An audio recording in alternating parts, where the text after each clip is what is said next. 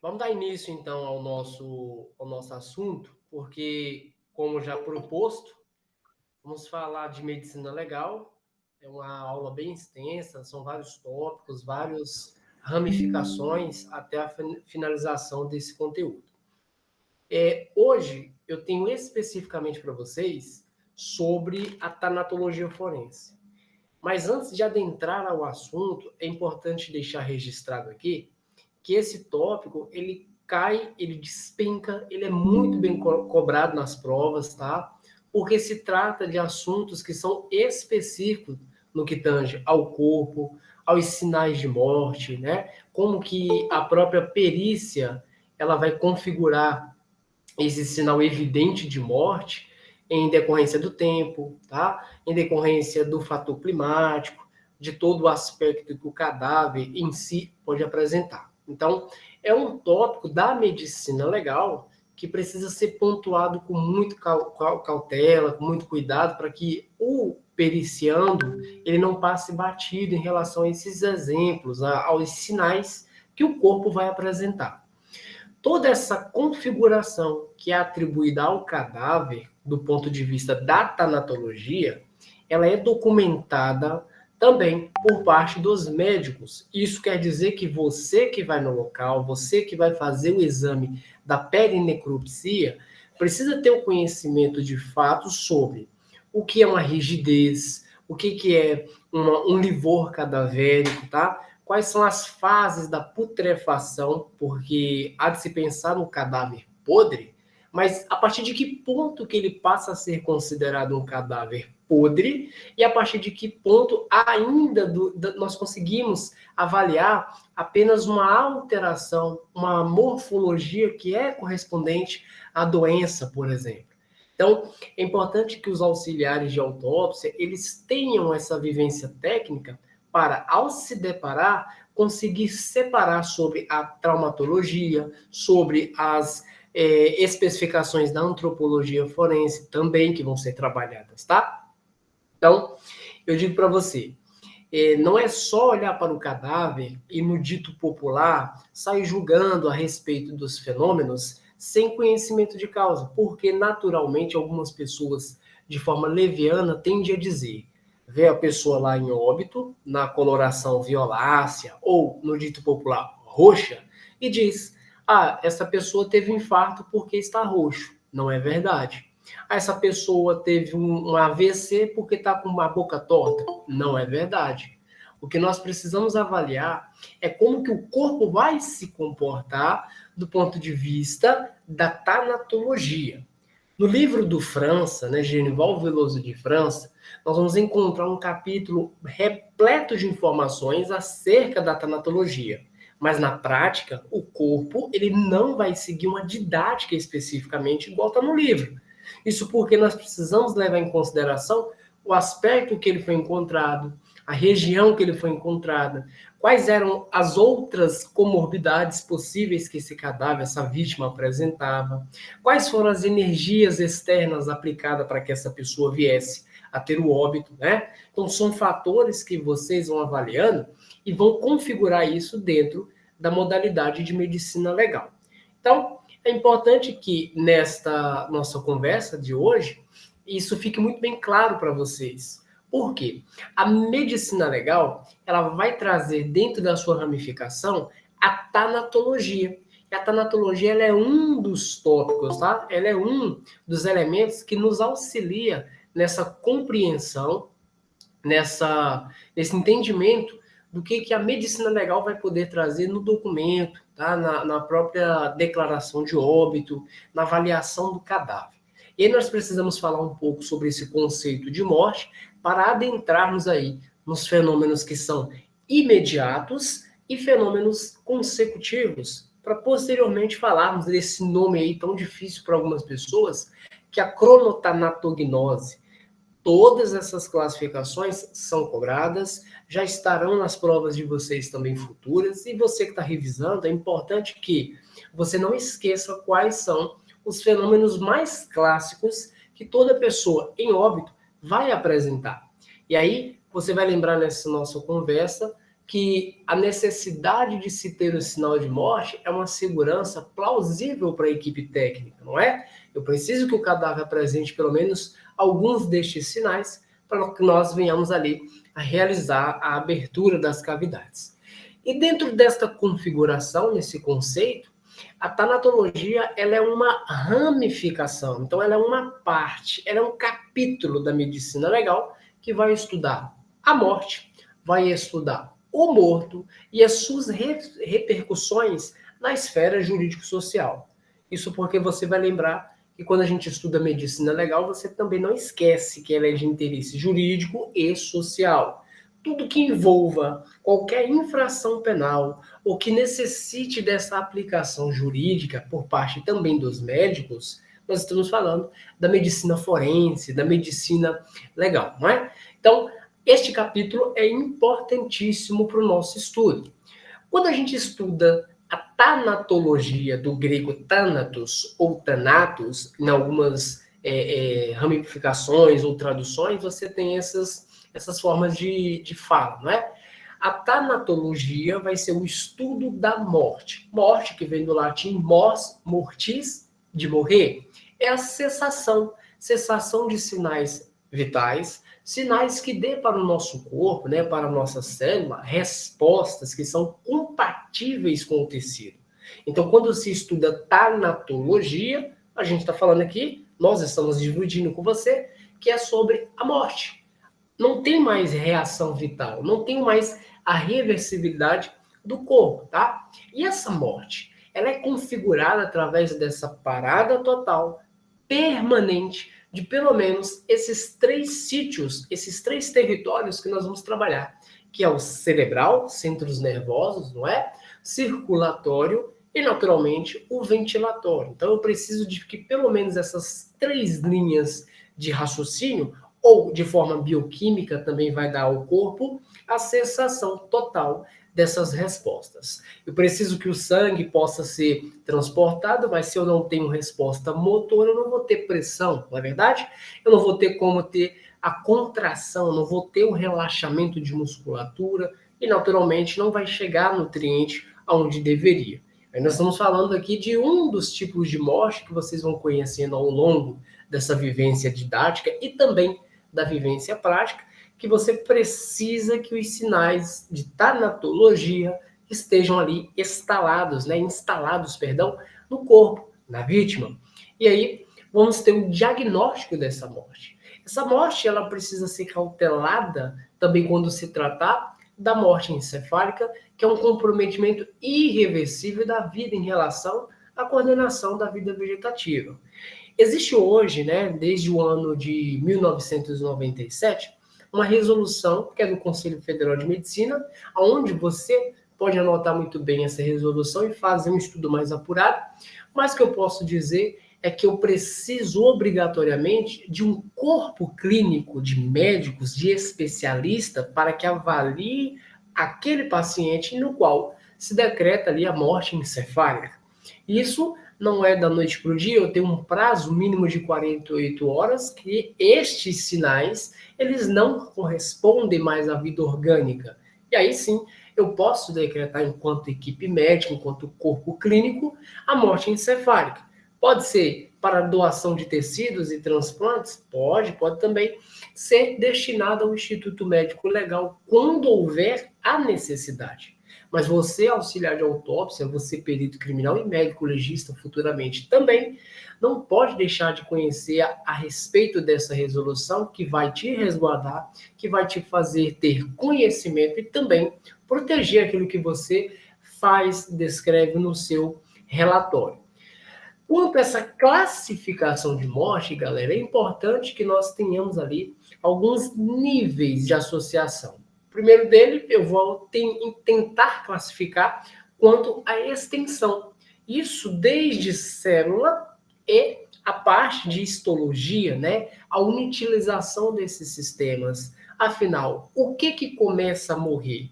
É aquilo que eu enxergo macroscopicamente ou uma reação em cadeia, né, de forma unicelular, de forma microscópica, que nós vamos entendendo ali como que as células, vocês devem lembrar das células, né? As células eucarióticas, que elas vão, ou procarióticas ali, não é? Algumas pessoas podem ter essa dúvida, então a biologia também se faz necessário para o nosso estudo. Mas de fato eu tenho um citoplasma dentro da minha célula que ela vai perder ali a sua capacidade receptiva, né, por transporte daquela bicamada de membrana lipídica, isso porque a célula começa a sofrer. Tendo a autólise do tecido, eu começo a ter a lise celular e essa extensão tecidual gradualmente vai perdendo ali a conexão com a resposta motora, com a resposta circulatória, com esse transporte, por que não, de oxigênio, tá? De gases que são necessários para outras células. Então, é gradativo. Você talvez se pergunte, então você está falando daquela velha classificação da falência de múltiplos órgãos? No dito popular, sim, mas tecnicamente, do teu estudo, na tua aplicação na medicina legal, você não vai classificar como a falência múltipla. Eu preciso de uma dinâmica para que esse tecido venha sofrer essa deficiência de oxigênio ou de circulação como um todo. E aí sim, eu estou falando de uma isquemia, por exemplo, ou estou falando de uma necrose? Há de se pensar nessa classificação também, mas é um dos níveis de morte tecidual. Eu posso ter a morte também anatômica, tá?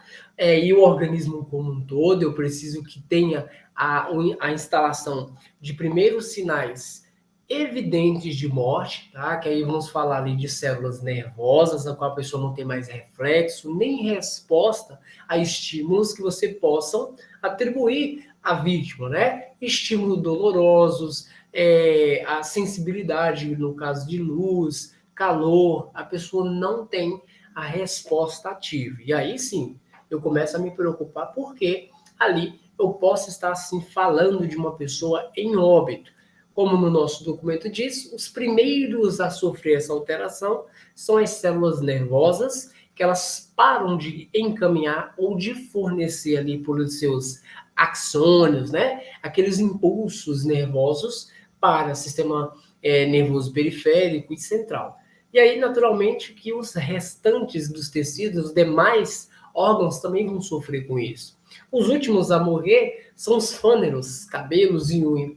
Há um parêntese, algumas pessoas, algumas outras literaturas tendem a dizer que depois da morte você você continua a ter o crescimento de cabelo, de unha, o que não é verdade. O que ocorre é que você vai perdendo o tecido e vai ficando mais evidente a região de bulbo, né, de folículo ali, muito mais nítida para você, e você tem essa impressão de que continua a crescer.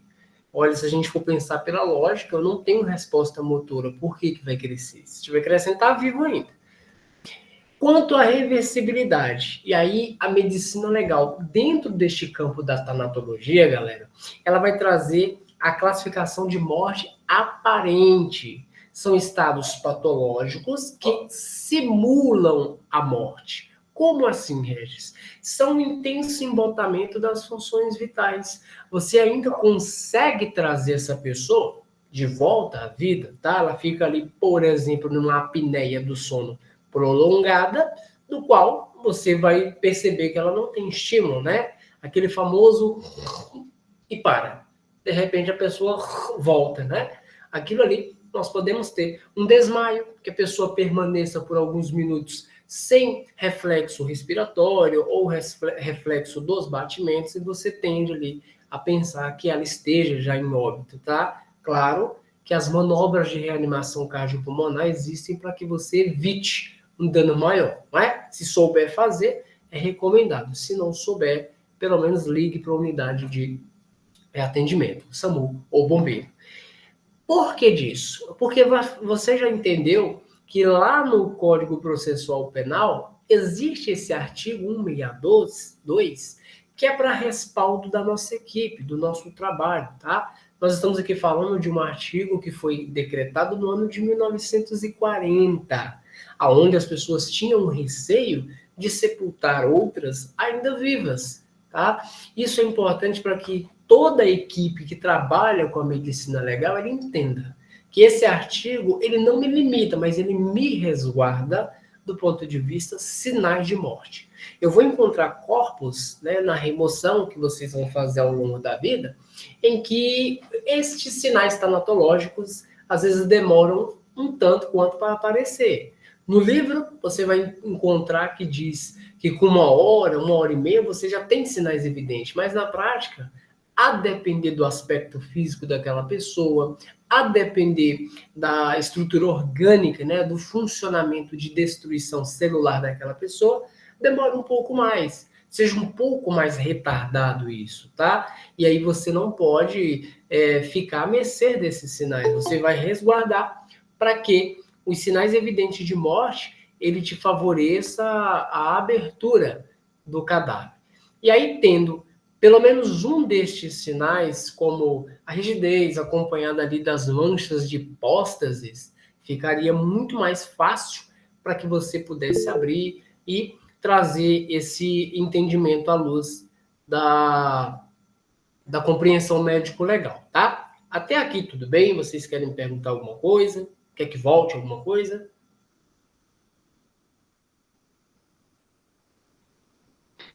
Professor, Tá tranquilo. Suzana, Pode falar, Suzana. eu sempre me confundo muito com a morte real e a morte aparente. Certo. Quando se fala de morte aparente, nós estamos aqui tratando daqueles sinais que você consegue reverter, tá? Vamos imaginar aqui que você venha desmaiar na frente de qualquer pessoa e fique por mais de 2, 3 minutos ali desacordado. Não necessariamente que você esteja morta, mas quanto mais rápido você ter o atendimento, né, conseguir reverter pelos batimentos, pela ventilação mecânica, nós vamos conseguir trazer você dentro do padrão da funcionalidade orgânica. Em alguns casos, como você já deve ter escutado falar da catalepsia, a pessoa fica num estado de embotamento por muitas horas. Né? E isso, a medicina legal, ela procurou, na época, de 1940 até os dias atuais, trazer algo que respaldasse a equipe para não abrir pessoas vivas. Na necrópsia, você vai observar que quando você corta, você abre cavidade, não tende a jorrar sangue. Significa que ali eu não tenho pulso, eu não tenho impulso nem relaxamento de vasos. Então, a morte real eu tenho aparecimento de sinais que estarão impregnados no tecido, tá? São reações em cadeia, como a rigidez, que você vai ver aqui, como os livores, que são nítidos, ok? Tá certo. Então, a catalepsia seria uma morte aparente. A morte aparente, o desmaio, tá? Ai, tá. O estado de embotamento é você chamar a Dona Maria, por exemplo, e ela não responder por mais de meia hora. Vamos lá, a Dona Maria está viva ou está morta? Isso precisa ser avaliado com cuidado. Porque às vezes você vai chegar no leito da pessoa e ela ainda encontra-se lá com sinais vitais, mas com um rebaixamento de nível de consciência, tá? Então precisamos conhecer esses sinais para não sair abrindo pessoas vivas, ok? Ok, muito obrigada. Por nada. O que acontece? Nós precisamos ter como regra este artigo 62, que ele diz com muita categoria a respeito dessa segurança para o trabalho da gente. A autópsia, hoje, muito mais utilizado o nome de necrópsia, a recomendação, ela será feita com pelo menos 6 horas. Não significa, galerinha, que vocês precisam esperar 6 horas para realizar a abertura. O que eu vou identificar é que, se eu tenho sinais traumáticos que são suficientes para a morte, eu vou realizar a autópsia antes dessas 6 horas. Agora, se eu não tenho e ainda assim me deixa inseguro abrir um corpo, eu espero. Eu espero porque eu vou poder conversar com essa família e determinar que enquanto o cadáver se destina ao IML, por exemplo, ele é objeto de estudo penal. Logo, a família não vai interferir quanto à realização do exame. Ela não vai dizer para nós que não quer que faça autópsia, não quer que abra o familiar, porque isso, porque aquilo. Não. Nós estamos diante de uma materialidade que poderá ter sido configurada por uma ação externa, de ação culposa, de ação dolosa, ação voluntária. Mas a equipe precisa ter sinais de morte. A equipe precisa conhecer que o corpo, do momento que ele para com essa cessação vital, ele já começa o processo destrutivo. E esse processo destrutivo vem desde estruturas menor unidade funcionais, como as nossas células, até todo o aspecto geral que o corpo vai nos dar ao aspecto de vista, né? Como a decomposição, que vocês vão conhecer ainda hoje. Então, é importante que a gente tenha esse cuidado na hora de fazer uma perícia, de recolher um corpo, e não acontecer como em alguns casos, que a pessoa vai para pegar o cadáver e chega lá ainda está vivo, né? Isso já aconteceu. É importante que tenhamos esse cuidado. Eu mesmo já fui pegar um corpo, fui fazer uma remoção, em que eu fui pegar o cadáver, mas não era o cadáver que estava no sofá, estava em outro lugar. E aí eu tive que desviar um pouco ali daquele momento cômico. É cômico porque você não espera que um familiar esteja dormindo, descansando, enquanto seu parente está morto lá no quarto, né? Então, a equipe ficou um pouco perdida nisso. Mas existem pessoas de aspectos físicos variados, tá? Que não vão apresentar tão evidente assim esses sinais tanatológicos. Por isso que esse artigo nos respalda, nos resguarda enquanto equipe técnica. Porque quem vai no local são vocês. Quem recolhe o cadáver são vocês. Então, vocês estão trazendo uma materialidade que nos disseram, através de documentos, que aquela pessoa está em óbito. Então, cuidado. Essa morte intermédia ocorre o reaparecimento de alguns aspectos, alguns espasmos que vocês já devem ter escutado por aí, ou lido em alguma literatura, em que são reflexos apenas nervosos, tá? Você consegue trazer, ao escutar, por exemplo, um enchimento da aurícula direita e esquerda do coração, um aspecto de bulha na região da pleura, né? Da pleura visceral do nosso pulmão. O que quer dizer? Que ainda no momento da finalização dessa troca, da hematose, como é denominada, nós podemos auscultar alguns barulhos, alguns sons que são referentes ainda à vida orgânica. Está viva a pessoa? Não, porque você coloca um monitor cardíaco, você vai tentar pegar alguns sinais de impulsos elétricos e não vai ser detectado. Decreta-se o óbito. Primeira coisa que nós precisamos guardar: quem faz constatação da morte é o médico. Quem vai no local e diz que aquela pessoa está morta é a equipe médica. Então, a figura do médico do SAMU, do bombeiro, do SIAT, da UTI Vida, ele precisa ir no local. Porque se estiver vivo, ele vai tentar fazer essa manobra para trazer a pessoa ou manter esses sinais ainda ativos. Fora isso, decreta-se o óbito, constata-se o horário que foi visualizado, e aí o médico terá o cuidado em relação aos sinais de morte, porque quando você se depara com um cadáver que tem mais de 12 horas, mais de 15 horas de morte, esses sinais tanatológicos estão tão gritantes na frente do perito, na frente do auxiliar, que o médico ele não vai conseguir descrever se ele não tiver vivência. Aí vai acontecer como muitos casos que eu já atendi, em que a equipe lá do outro lado da linha do telefone me diz: o cadáver está roxo, está duro. O cadáver está roxo, está duro, deve ter sido há 10 dias atrás. E, na verdade, não tem nem 12 horas. Na verdade, não tem nem 6 horas de morte. Mas, se ele não conhece, vai dificultar. Então, o meu olhar técnico no local da morte, no local do recolhimento, ele facilita o meu entendimento de acordo com o que vai ser investigado naquele cadáver, né?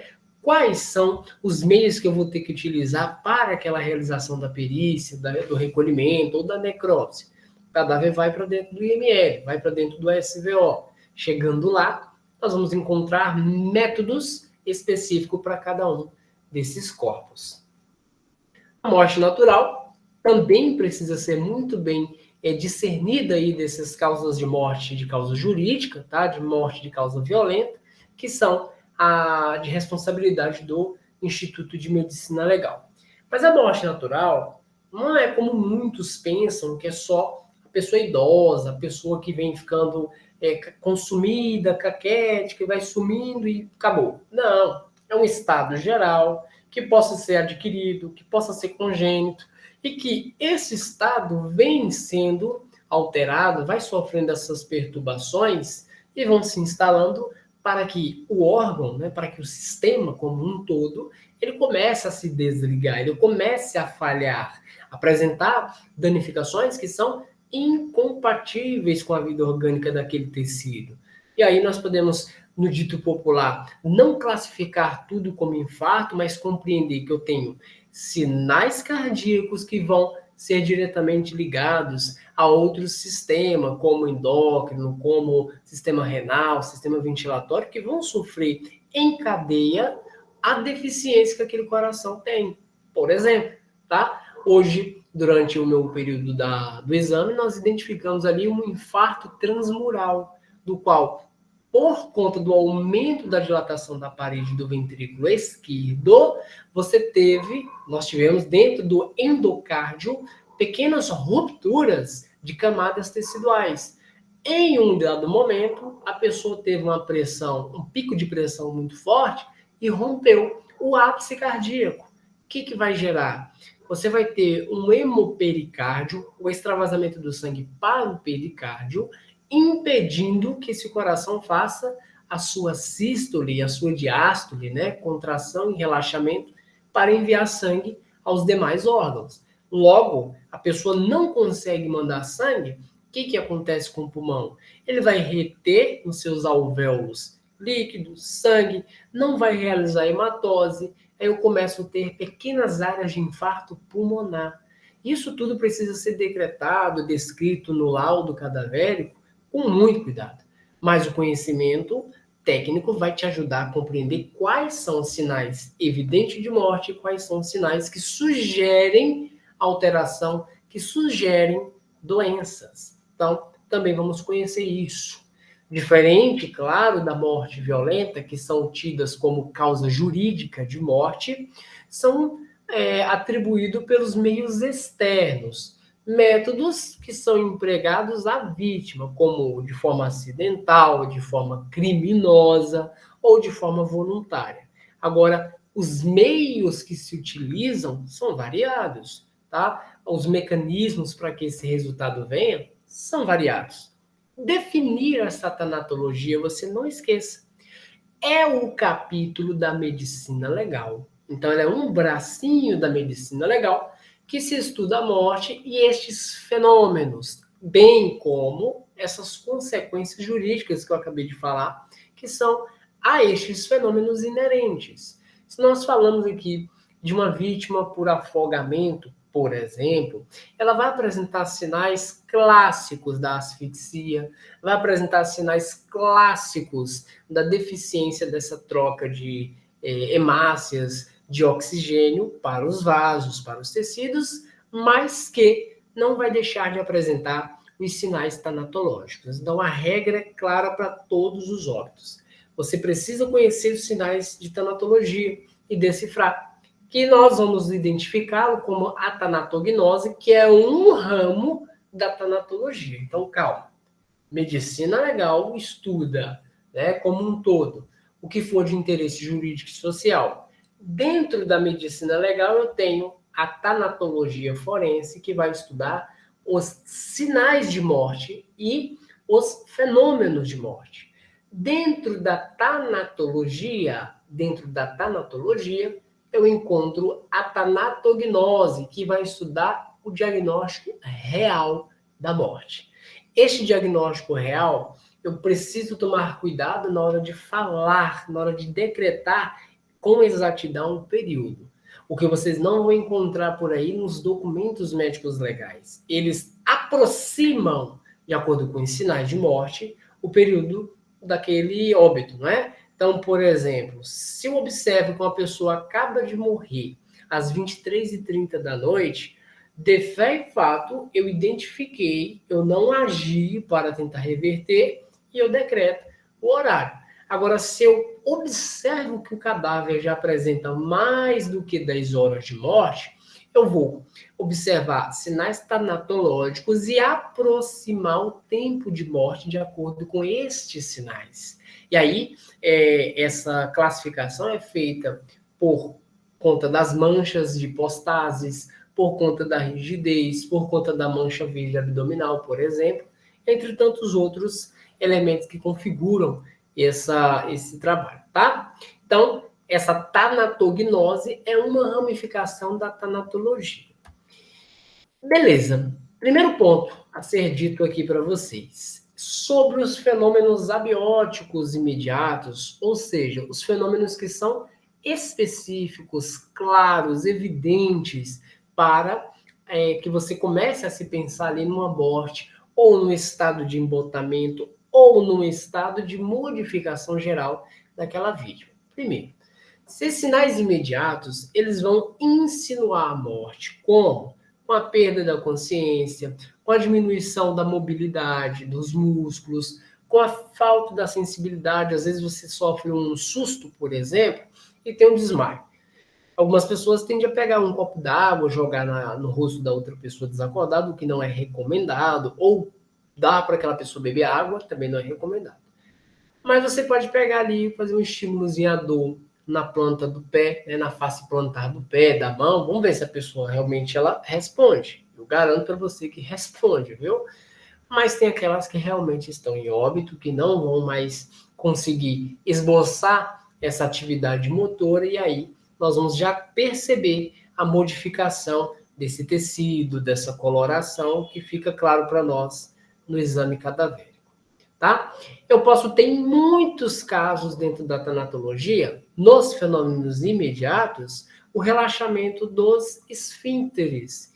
Esse esfíncter pode ser o esfíncter anal, o esfíncter da cárdia, da região pilórica do nosso intestino, tá? Que vai facilitar a passagem, no caso do intestino, de fezes.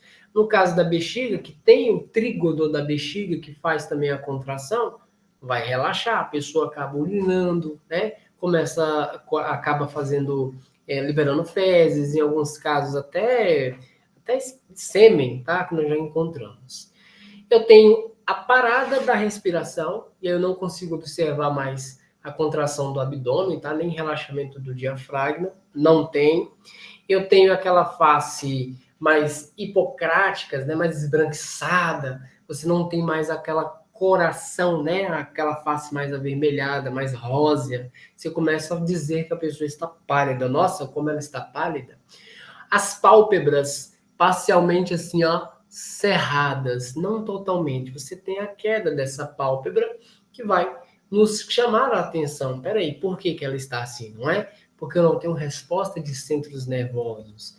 Então, vamos identificar como na imagem a midríase, que é essa dilatação por conta desse centro nervoso, que não recebe mais a informação, não recebe o comando, então não há como agir. Eu posso encontrar congestão, como está muito delimitado nessa imagem, tá? Essa congestão, ela ocorre não só na conjuntiva, tá, turma? Eu vou encontrar cianose, aquele arroxeamento de lábios, nas pontas dos dedos, isso também nos chama a atenção, porque se está violáceo, né, se está roxo, não tem oxigenação ali. E por que não tem, né? Vamos pensar sobre isso. Para começarmos a entrar nos fenômenos consecutivos. Então, olha quanta coisa interessante. Quando a gente fala dessa tanatologia, eu estou dizendo aqui que você conhece os fenômenos de morte. Eu estou dizendo para a justiça que sim, aquela pessoa apresenta pelo menos 2 ou 3 sinais evidentes de morte. E isso vai ser avaliado no documento, na fotografia, no próprio exame de necrópsia. Nesses consecutivos, quem estiver aí descrevendo, pode até puxar um gancho aqui, ó, um colchetezinho, pegando toda essa estrutura, e escrever assim, sinais reais de morte. Estes sinais consecutivos, nós estamos falando, sim, a pessoa está morta. O organismo dela não responderá a estímulos, e sim a degradação de forma ou de ordem bioquímica. Aí nós estamos falando de célula, de aumento de pH, de acidose, né? Que é outro elemento que vai ser estudado dentro da química. Porém, quando eu falo de fenômenos de morte, esse aspecto visível no cadáver vai determinar para a nossa equipe que aquela pessoa não tem como reverter os seus aspectos, o seu quadro. E aí começa a ter o resfriamento do corpo, e a população leiga acha que, ó, tá gelado. Coloquei a mão ali no cadáver, ele tá gelado. Não é assim que funciona, galera. Nós vamos ter a perda ponderal ali de 0,5 graus por hora dessa temperatura, até atingir a temperatura ambiente.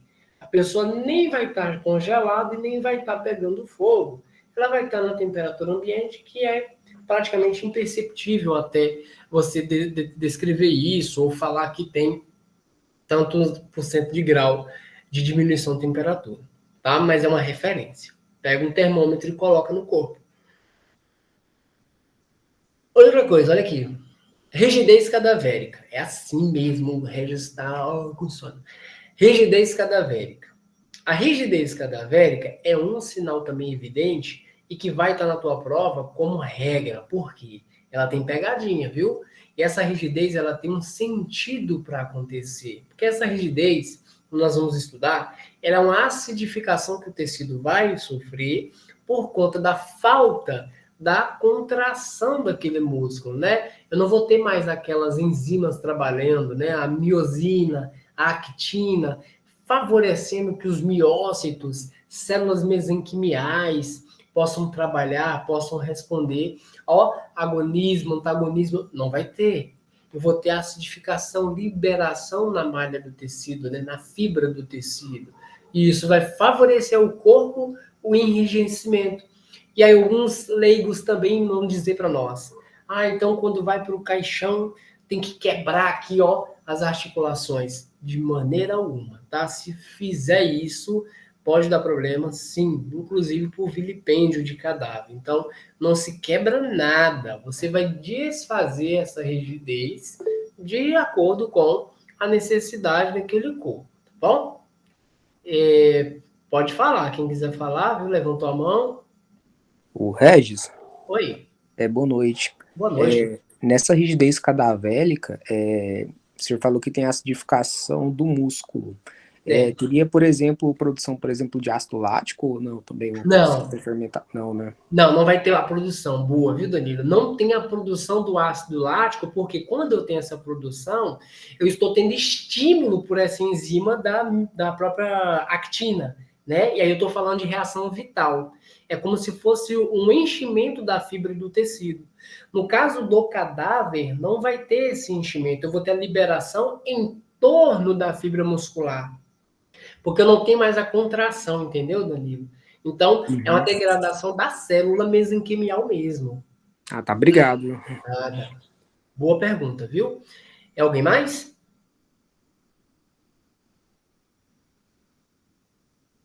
Toca o barco. Outro aspecto importante, manchas de hipóstases ou livores. Tá? Essas duas classificações estão corretas. Hipóstase, hipostase ou livor. Mancha roxa não existe. Tá roxo não existe. Ele tá azul, não existe. É mancha de hipóstase ou livor cadavérico, tá?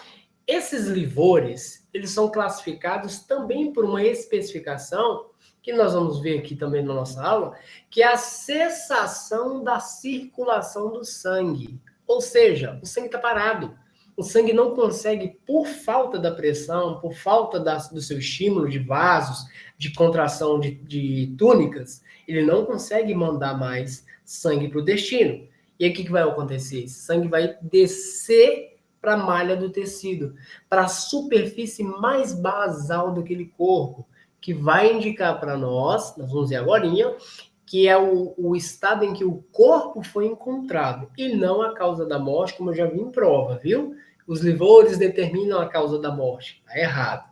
Eles apontam como que aquela pessoa foi encontrada. E eu queria que vocês fizessem um triângulozinho bem assim, ó, a mãozinha aqui do Regis, e colocasse a tríade dessa morte.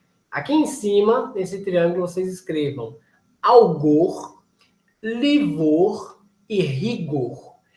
Essas três ligações serão a chavinha para vocês não errarem na hora de descrever sinais reais de morte, tá? O algor está ligado com a temperatura, o rigor com a rigidez e o livor com a mancha de hipóstase. E aí, nós temos ali nessas 3 primeiras horas, como eu disse para vocês, essa degradação de 1 grau por hora, para que o corpo, o cadáver do periciando, ele possa alcançar a temperatura ambiente. Mas aí, cuidado com isso. Literalmente, nas palavras do França, como está aí, você tem 1 grau por hora. Na realidade, nós temos que avaliar o lugar onde aquela pessoa foi encontrada. Se é no meio de uma área aberta, que está muito quente, ventilada, você não vai encontrar. Se for uma casa fechada, sem janela, sem porta, uma telha dessa eternite, zona aí, o cadáver vai cozinhar, então não vai diminuir a temperatura dele, né? Ele vai alcançar a temperatura do ambiente. Quanto mais quente, a degradação vai ser mais rápida. A rigidez, ela pode manifestar de forma tardiamente ou rapidamente, a depender da pessoa, a depender do aspecto geral. Segundo Nishtin Sommer, que foi quem fez o estudo, elas podem se apresentar dessa seguinte ordem. Olha bem a ordem. A rigidez começa na face, nuca e mandíbula em 1 a 2 horas. Ela vai evoluir para os músculos do tórax e do abdômen de 2 a 4 horas. Nos membros superiores, braços e mãos, de 4 a 6, e membros inferiores, de 6 a 8. E a atenção, galera, ela desaparece progressivamente segundo a mesma ordem de aparecimento. Por quê? Quando vai se desfazendo a rigidez, se ali eu tenho mais de 8 horas, de 8 a 12 horas de morte, nós temos que obrigatoriamente a pensar sobre os fenômenos destrutivos, que vamos estudar depois, que é a decomposição. Então, entre 36 e 48 horas, você vai ter sinais evidentes, ok? Tá lá. Eu tenho uma rigidez muito bem delimitada ali no corpo, né, no qual eu não consigo fazer abaixar a mão desse cadáver de forma simples, eu preciso de um pouco de força mecânica ali, né, para favorecer esse entendimento. De igual modo, você vai observar nos membros inferiores, na região do abdômen. Para que isso? Para que você descreva exatamente o tempo de morte. A cronotanatognose, que nós vamos ver nas próximas reuniões, está muito bem relacionada com esses fatores, com esses sinais que são classificados pelo surgimento dos sinais de morte. Então, aqui eu posso dizer para você que nós temos um cadáver com mais de 8 horas de morte. Como é que eu sei? Pela rigidez dos membros inferiores. Então, ele começa da cabeça para os pés e também desfaz da cabeça para os pés. Ok? Vocês vão trabalhar tranquilamente com o cadáver. A mancha de hipóstase é o surgimento daquela coloração violácea, né, o famoso roxo, que vocês não vão falar mais por aí, por conta da parada da circulação sanguínea. Ela vai surgir na primeira hora, na primeira, segunda hora, a depender da pessoa, e vai se formando um redilhado pontiforme até alcançar uma coloração mais nítida. Agora, prestem atenção. Se eu acabei de falar que a rigidez acontece na primeira hora da morte, os livores também? Também. Então, vocês terão sinais duplos ali, evidente. Eu posso encontrar a rigidez e os livores, como eu posso encontrar só a rigidez e os livores demorarem um pouco mais para aparecer, tá? Para surgir. Então, o corpo vai sofrer com isso, porque você está com a pessoa em decúbito dorsal, com as costas para a superfície sólida, esse sangue vai descer. Se eu coloco ela lateralizada, o sangue vai descer. Se eu coloco ela em decúbito ventral, a barriga para baixo, também na superfície, o sangue vai descer. Traduzindo, a gravidade vai favorecer o surgimento dos livores, tá? 2 situações. Estes livores, estas manchas de hipóstases, elas são consideradas móveis e são consideradas fixas. Móveis, quando eu consigo tocar na estrutura que está com o livor e eu consigo deixar fixado a marca da compressão. Ou seja, onde o corpo estiver apoiado, o livor não se forma. Se tiver com as costas aqui, ó, a região da escápula encostada no chão, em torno da escápula, o sangue não aparece. Mas nas demais circunvizinhas, sim. Nas áreas saliências do corpo, nas áreas de tangência do corpo, sim. Onde houver compressão, o sangue não se forma, o livor não se forma. Isso entre 2 e 8 horas depois da morte. Tornando-se fixas, aí você pode comprimir depois de 8 horas, que não fica a marca mais da sua mão, não fica a marca do chão, a marca da roupa que o cadáver estiver usando, porque entre 8 e 12 horas ele está fixo. E aí nós teremos o processo da decomposição, que é a primeira fase, que eu não vou falar nesse encontro de hoje. Observa, ela não se instala na área de compressão. Também apenas indica para nós, auxiliares, peritos, a posição em que o cadáver foi encontrado e não a causa da morte. Puxa aí uma setinha para baixo ou descreve no seu rascunho que a tanatologia, os livores como um fenômeno, ele não vai indicar para nós a causa da morte, viu? Ele vai indicar o fenômeno como um todo, né, a parada da circulação, e como que aquela pessoa foi encontrada. Então tá ali, observa como é que nós estamos descrevendo aqui.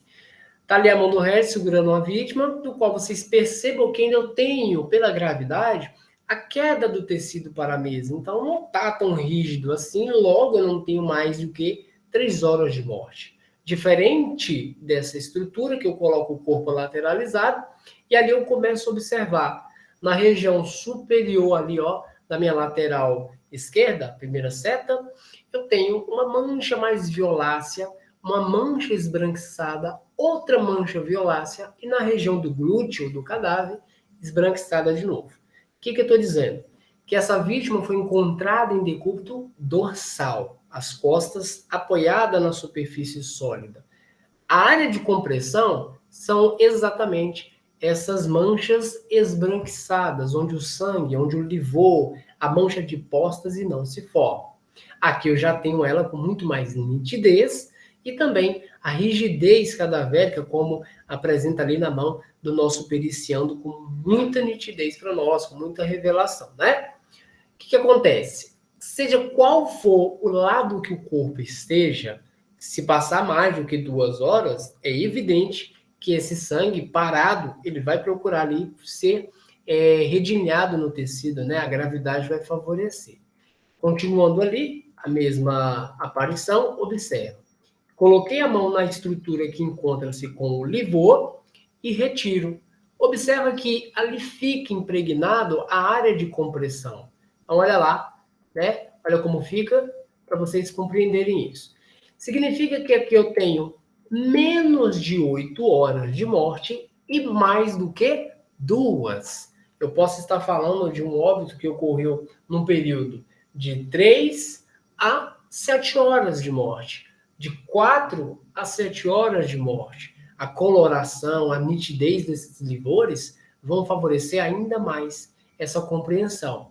Olha essa outra vítima. Não é insolação, são livores. Onde houver área de compressão, como está ali apoiado no abdômen a estrutura do braço da vítima, eu tenho surgimento. Onde houver estrutura rígida, sólida, apoiando o cadáver, os livores não estarão impregnados, tá? Olha aqui. É exatamente isso que eu estou falando, tá bem? E aí, vamos falar dos fenômenos transformativos, que vamos dividir em destrutivos e conservadores. Observa aqui que o Regis vai falar com você.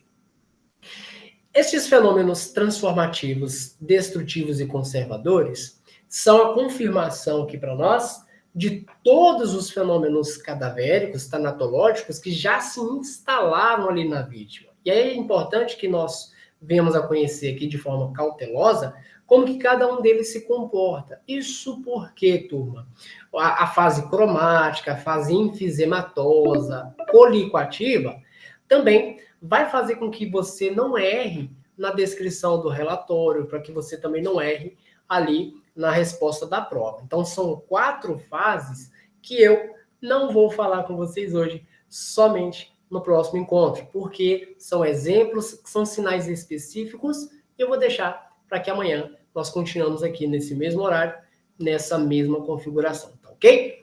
Até aqui falamos inicialmente da tanatologia e definições dela. Agora vamos complicar um pouco mais, porque eu vou brincar com vocês a respeito desses fenômenos na próxima aula.